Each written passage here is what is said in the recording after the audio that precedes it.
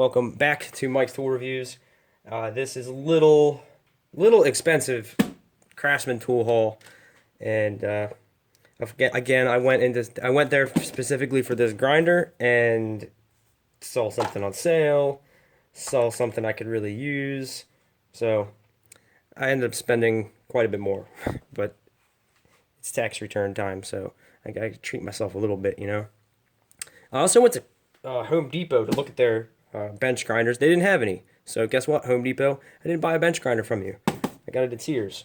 But I did get these Husky ratcheting wrenches, 7/8 and a 13/16 to fill out my Craftsman set that only went up to 3/4. I bought the Craftsman wrench holder, you know, the wrench holder sets, and everything, it lined up, and there were 2 extra spaces. It's a 12 space holder, and it was missing the 7/8 and 13/16. I might eventually get a 1-inch too if I ever. I'll wait. I'll see if I come across a 1-inch. Usually, the bolts this size are usually easier to get to, and you can get an impact or a socket wrench on them. But the 2 empty spots were bugging me, and on the metric side, I filled those out with some gear wrenches from Amazon, and just noticed that Home Depot stocks individual ratcheting wrenches, so those will be filled out, and it will not bother me that they're missing. There's 2 empty spaces. I got this Craftsman hook and pick set. I got the little bullshit set from Harbor Freight, and I have one large hook. It's I think it's like this one, the right angled one. But this was on sale for $19.99. It's usually $29.99. So, and this is a lifetime guaranteed Craftsman product. Let's see where it's made. You see that? Taiwan. Whatever. It's all going over there. Maybe, I don't know. Maybe Trump will bring these manufacturing back, but I don't care. These seem like they're good quality, and they're still guaranteed for life. So, you know, I buy American when possible, but sometimes it's not possible. It's too expensive. Also, this was on sale. Wasn't planning on buying this. This is a 1/2-inch micro torque wrench, is what Craftsman calls it. 1/2-inch, goes up to 150 foot-pounds, and the one that I have right now is some complete no-name, and it's a 1/2-inch drive. It's this size, and it only goes up to 80 foot-pounds. And in fact, it's not, and nothing on it's listed in foot-pounds. It's listed in Newton meters. So if I want to use it, 80 is my limit, and I have to pull out the Google to translate Newton meters to foot-pounds. But this is regularly like $89, I think. But here on the handle, it's got a locking. You can lock your torque setting in, so that allows you to move it, and then it's locked in. It goes in. This also has Newton meters, but it has pounds too. So it has 1 pound increments of 1 pound increments of foot-pounds, and it goes all the way up to 150. If you can see that at the top right there. So I needed a good torque wrench. I've been kind of basically, when I'm doing lug nuts with the other one, I have to max it out and then just go a little bit more. And I really don't know where I'm at with the lug nut torque. And it comes with this nice instructions, nice little blow molded case. These torque wrenches should be, I think they should be kept in a case or some kind of holder so they don't get beat around in the toolbox. But that was $49.99, and that's not bad. That's you know. Let's see, what is the warranty on this? Let me see here. Where's this one made?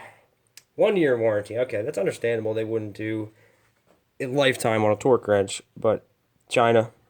It's made in China. China. Chinese tool. China. Whatever. Again, like I said,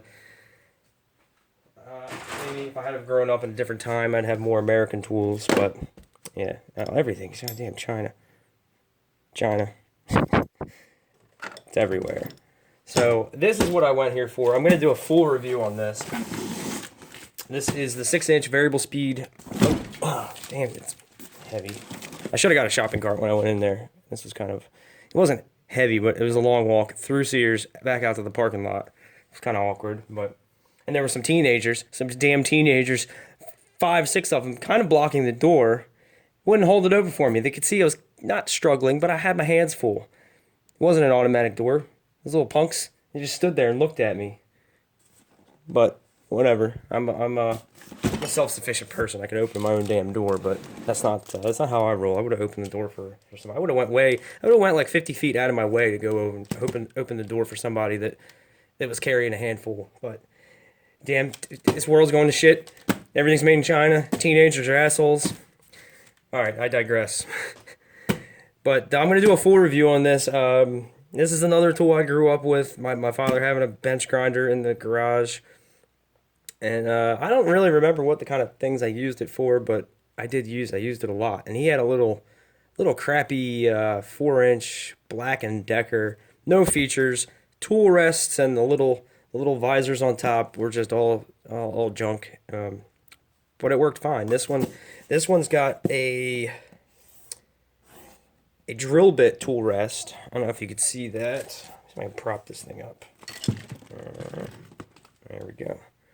It's got a drill bit tool rest right here at an angle for grinding drill bits. Nice big shields just to protect your eyes. It's got a wire brush on here.